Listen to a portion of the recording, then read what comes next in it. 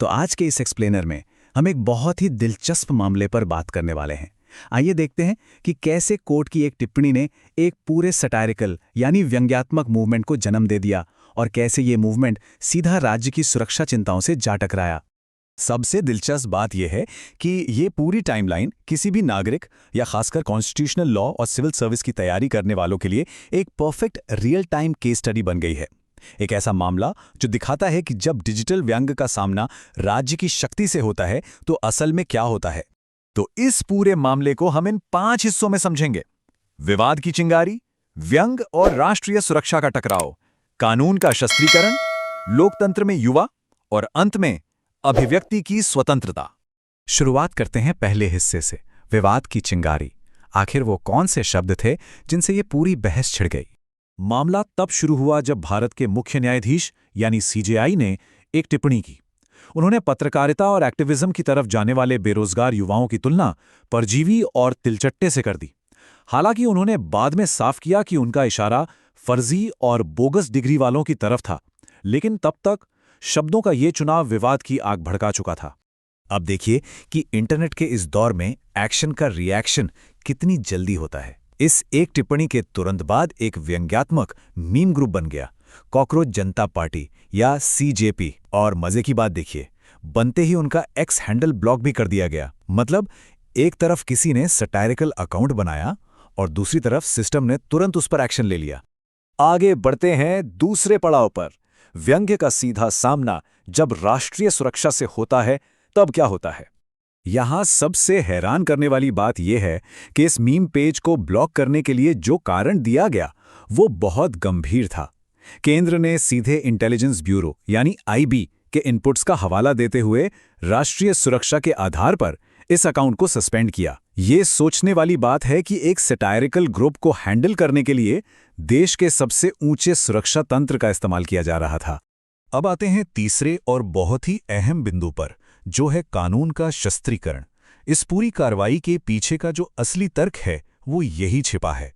ये जो शब्द है कानून का शस्त्रीकरण या वेपनाइजेशन ऑफ लॉ, ये इस पूरे विश्लेषण का केंद्र है। इसका सीधा सा मतलब है वैध आलोचना, असहमति या व्यंग्य को दबाने के लिए कानूनी प्रावधानों का गलत इस्तेमाल करना। ये इशारा करता है कि असली मुद्दा शायद युवाओं का गुस्सा नहीं, बल्कि ये है कि सिस्टम असहमति को चुप कराने के लिए इस तरीके का बार बार इस्तेमाल कर रहा है। अगर हम एक पैटर्न पर गौर करें तो राजनीतिक बातचीत में बहुत ही उग्र और अमानवीय लेबल्स का इस्तेमाल आजकल आम हो गया है। जैसे अवैध प्रवासियों के लिए दीमक, एक्टिविस्ट्स के लिए अर्बन नक्सल, विरोधियों के लिए राष्ट्र विरोधी या गद्दार, और अब तिलचट्टे। ये सिर्फ शब्द नहीं है। इसका एक सीधा असर यह होता है कि जब भी ऐसे लेबल्स का इस्तेमाल होता है तो अलग अलग राजनीतिक विचारों के लिए जगह सिकुड़ने लगती है, और एक स्वस्थ लोकतंत्र को जिस खुली और मजबूत बहस की सबसे ज्यादा जरूरत होती है वो धीरे धीरे खत्म होने लगती है। सटायर पर हमले का सीधा असर लोकतांत्रिक भागीदारी पर पड़ता है।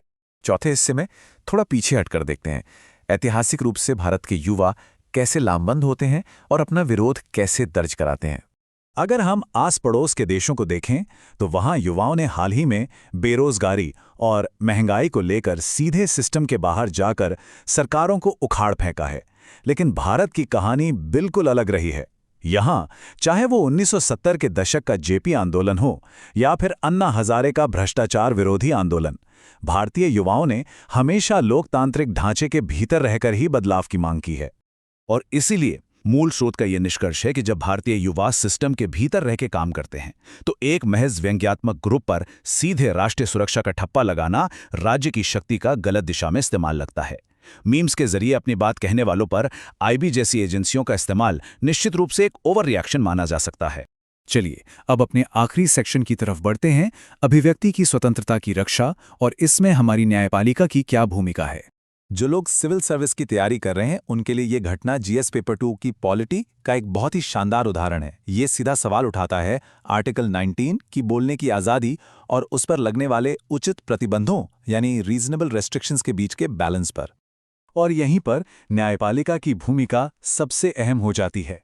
हमारे संविधान की गारंटियों के रक्षक के रूप में सुप्रीम कोर्ट ही वो अंतिम जगह है जहां ये व्यक्तिगत स्वतंत्रताएं बहाल होनी चाहिए और हर हाल में सुरक्षित रहनी चाहिए। इस पूरे मामले को समेटते हुए ये एक बहुत ही दमदार विचार सामने आता है कि तिलचट्टों को खत्म करना मुश्किल है और ठीक उसी तरह लोकतंत्र में सत्ता का मजाक उड़ाने और उसे जवाबदेह ठहराने की जो प्रवृत्ति है उसे भी खत्म करना नामुमकिन है। राजनीतिक सटायर हमेशा अपना रास्ता निकाल ही लेता है। तो इस एक्सप्लेनर के अंत में हमारे सामने सबसे बड़ा सवाल यही बचता है, एक लोकतंत्र को राष्ट्रीय सुरक्षा की जरूरी चिंताओं और व्यंग या असहमति के मौलिक अधिकार के बीच सही संतुलन आखिर कैसे बनाना चाहिए? राज्य की सुरक्षा और बोलने की आज़ादी के बीच वो बारीक रेखा कहाँ खींची जाए? इसी विचारोत्तेजक सवाल के साथ हम आज की इस चर्चा को यहीं समाप्त करते हैं।